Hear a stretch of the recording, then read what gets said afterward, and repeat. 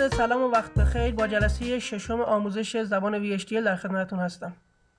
جلسه قبل مبحث طراحی سکوئنشال تموم نشد، پس بدون مقدمه میریم سراغ ادامه مباحث. دستور ویت توی جلسه قبل توضیح داده شد، اما مثالی از اون رو بررسی نکردیم. حالا میخوایم همون فلیپ فلاپ طراحی قبلمون رو دوباره طراحی کنیم، اما این بار میخوایم از دستور ویت هم استفاده کنیم. گفتیم اگه پروسس لیست حساسیت نداشته باشه، مثل همین کدی که دارید توی تصویر مشاهده میکنید، زمانی پروسس اجرا خواهد شد که دستور ویت درست ارزیابی بشه. یعنی توی پروسسی که توی این قسمت میبینید، زمانی که سیگنال های ریست و کلاک ما تغییری بکنن، دستور ویت آن درست ارزیابی میشه و پروسس ما اجرا میشه.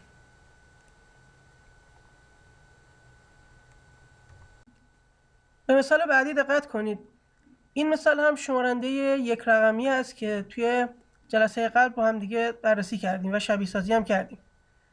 که توی این مثال هم پروسس ما زمانی اجرا خواهد شد که شرط داخل پرانتز مقابل دستور ویت آنتیل، یعنی این قسمت، به صورت ترو ارزیابی بشه، یعنی لبه بالا رونده اتفاق بیفته.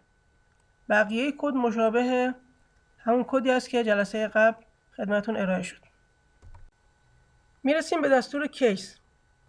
کیس یکی دیگه از دستوراتیه که توی قسمت سکوئنشال یا ترتیبی کد ما نوشته و استفاده میشه.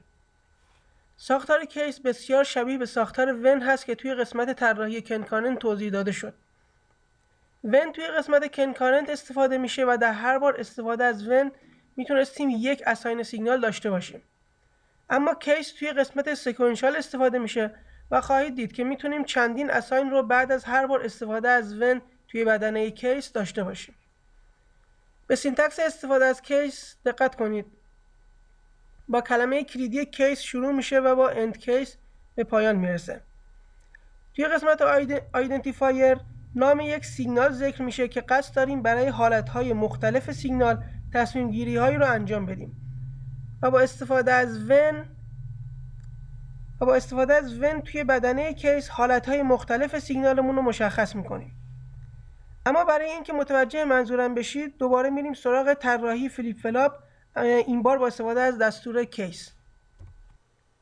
ورودی و خروجی فلیپ فلاپمون رو از نوع بیت انتخاب کردیم. یعنی میتونن حالت منطقی لو و های یا همون 0 و 1 رو داشته باشن. باز هم یک پروسس نوشتیم حساس به ریست و کلاک. و داخل پروسس از کیس استفاده کردیم.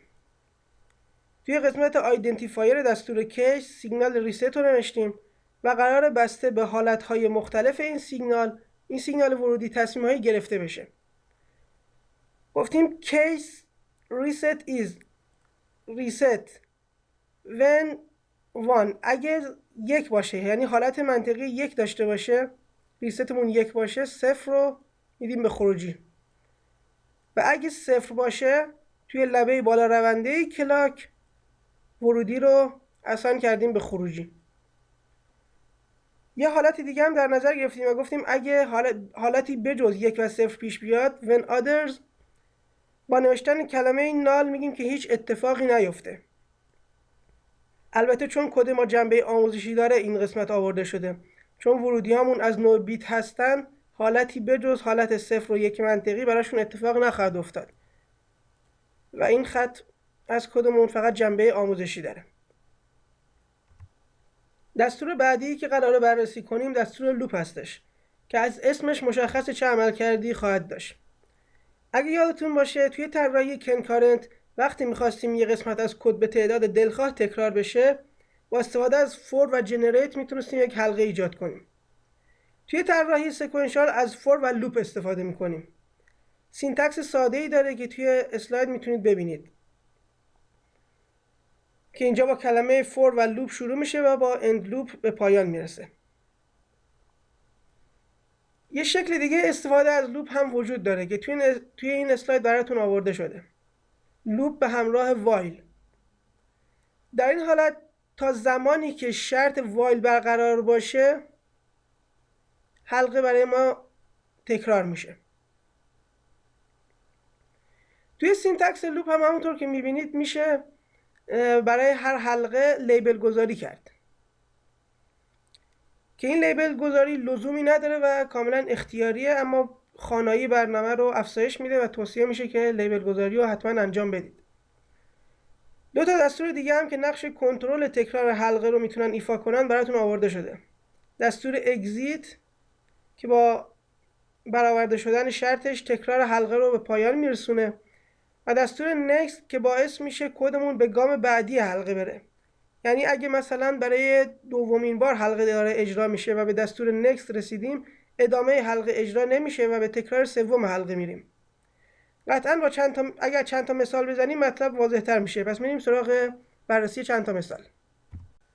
توی کدی که میبینید سخت افزاری طراحی شده با یک باس ورودی 8 بیتی به نام دیتا و قرار تعداد صفرهای این باس از سمت چپ تا اولین بیت غیر صفر شمرده بشه.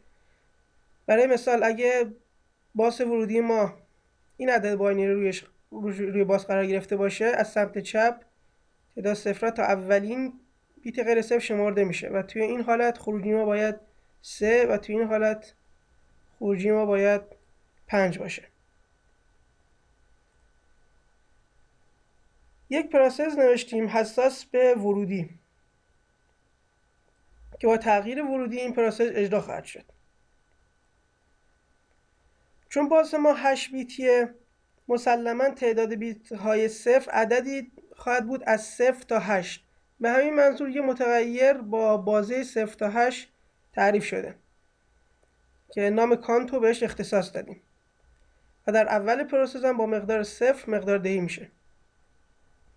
با استفاده از فور یک حلقه نوشتیم که به میزان بازه باس دیتا تکرار میشه. یعنی متغیر آی از 0 تا 7 تغییر میکنه و به ازای هر آی یک بار حلقه اجرا میشه. داخل حلقه هر بار با دستور کیس یک بیت یعنی بیت شماره آیوم چک میشه. اگه این بیت 0 باشه متغیر کانت ما یکی بهش اضافه میشه و اگه حالت منطقی دیگه ای داشته باشه یعنی 1 باشه یا های امپدانس باشه، با دستور اگزیت از حلقه خارج میشیم و مقدار شمرده شده هم به خروجی اساین میشه در پایان پروسس. آخرین مثال این جلسه رو با هم بررسی میکنیم. مثل جلسات قبل قرار کدمون رو توسط مگاوینگ تست کنیم. توی این کد میخوایم عدد 1394 رو روی 7 سگمنت ها ببینیم. همونطور که میدونید 4 تا 7 سگمنت روی مگاوینگ در اختیار داریم. با 4 پین میتونیم 7 سگمنت مد نظرمون رو انتخاب کنیم و با 8 پین هم مشخص کنیم کدوم سگمنت ها روشن بشن که بهش اصطلاحاً میگیم خطوط دیتای 7 سگمنتمون. و حتما میدونید برای اینکه عدد 1394 رو بتونیم روی 7 سگمنت ها ببینیم باید با سرعت بالایی 7 سگمنت ها رو رفرش کنیم. یعنی انتخاب 7 سگمنت مد نظرمون باید با سرعتی انجام بشه که چشم ما قادر به تشخیصش نباشه و همه 7 سگمنت ها همزمان روشن به نظر بیان. مطمئنم که با تجربه همچین پروژه‌ای و تجربه انجام همچین پروژه‌ای رو با میکروکنترلرها دارید و نیاز به توضیح اضافی نیست. پس میریم سراغ بررسی کدی که نوشتیم.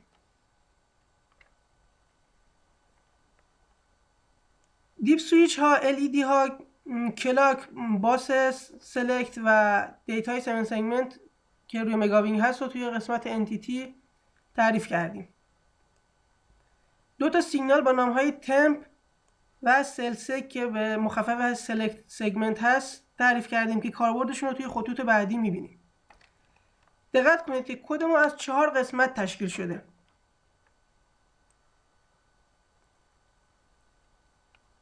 کد ما از 4 قسمت تشکیل شده که این 4 قسمت کلی به صورت همزمان اجرا میشن و داخل خود پروسس هایی که نوشتیم به صورت ترتیبی اجرا خواهند شد. توی قسمت 4م کدمون یعنی این قسمت وضعیت دیپ سویچ ها به LED اساین شده و سیگنال سلسک یا سلکت سیگنال هم به خط سلکت ما متصل شده. توی اولین بخش کد یک پروسس نوشتیم که حساس به کلاک 24 مگاهرتز برد پازش است و توی لبه بالا رونده کلاک متغیر کانتر رو به میزان 1 واحد واسمون افزایش میده و بعد از اینکه این عدد این متغیر کانتر ما به 25000 رسید، کانتر ریست میشه و سیگنال تمپ تاگل میشه. به این صورت میتونیم کلاکی با سرعت دلخواه بسازیم که جلسه قبل هم این مورد رو دیدیم. یه پراسس دیگه نوشتیم حساس به تمپ توی این قسمت. یک پراسس نوشتیم حساس به تمپ و توی لبه بالا رونده تمپ سیگنال سلسگ رو واسمون روتیت میکنه. دقت کنید اگه سیگنال سلسگ که با این مقدار دهه اولیه شده روتیت بشه، حالتهایی به این شکل پیش خواهند اومد. با روتیت شدن این مقدار چند تا حالت واسه ما پیش میاد که اینجا واسهتون لیست شده. پس با روتیت کردن سیگنال حالتهای مختلفی براش پیش میاد که یه پروسس دیگه نوشتیم و به این سیگنال سلسگ حساسش کردیم توی قسمت سوم کدمون. داخل این پروسس توسط دستور کیس برای حالتهای مختلف سیگنال سلسگ تصمیم گیری‌هایی رو انجام دادیم و با انتخاب شدن هر 7 سگمنت دیتای مربوط به عدد مد نظرمون رو روی باس دیتای 7 سگمنت قرار دادیم.